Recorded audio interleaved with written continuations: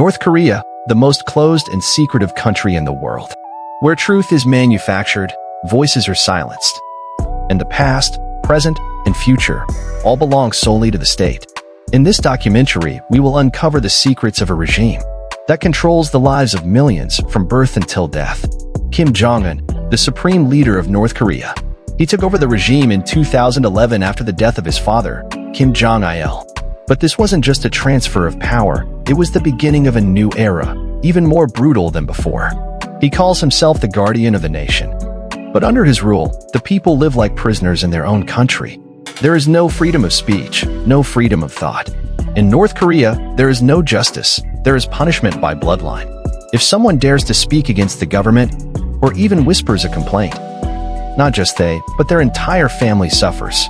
Once, a man complained about food shortages. He simply said, "My children are hungry."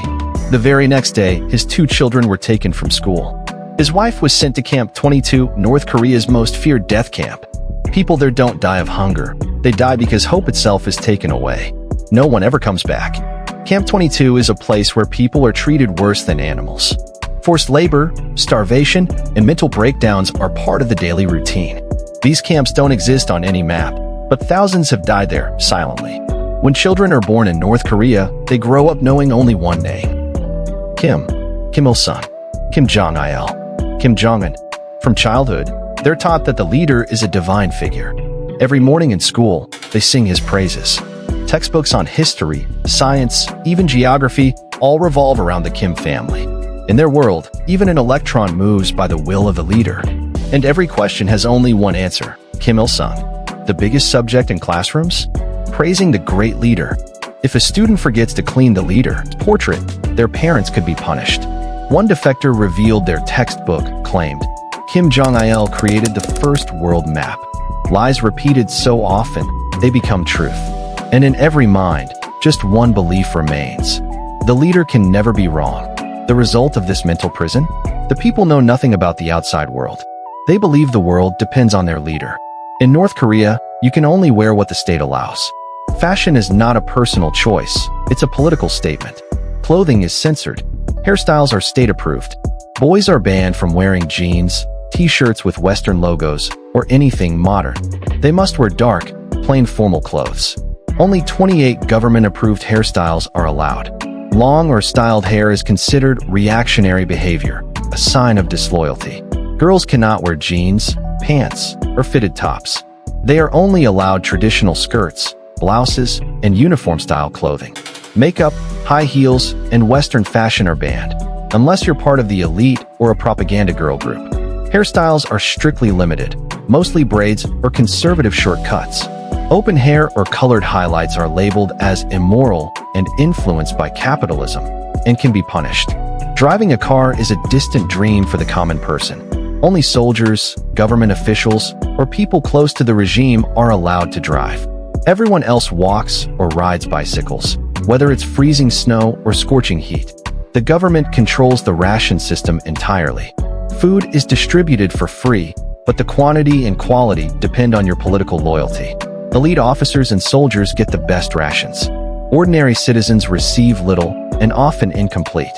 Sometimes, people don't receive rations for days. They resort to eating grass, wild plants, and sometimes even dirt, just to silence the hunger. There is no YouTube in North Korea, no Facebook, no WhatsApp, not even Google. Only a state-approved intranet, Kwangmyong, where you see only what the regime allows.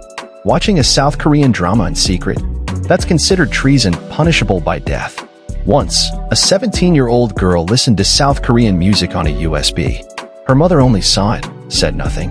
When the government found out, both were lined up in front of the village and shot, to instill fear.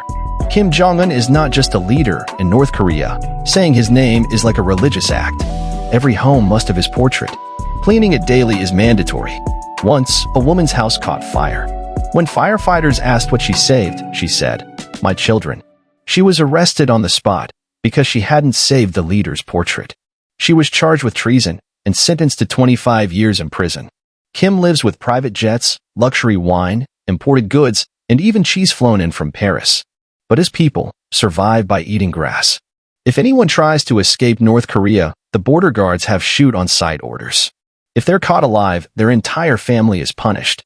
Shindong Hyuk was born in a prison camp and escaped to tell the world what lies within.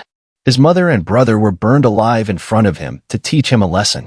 Today, he travels the world with one message. Where I was born, people don't live. They just survive. This is a country cut off from the world, but the greatest crime of all is the silence of the world in the face of such cruelty.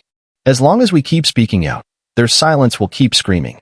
Freedom is their right too, but for now, it's just a distant dream.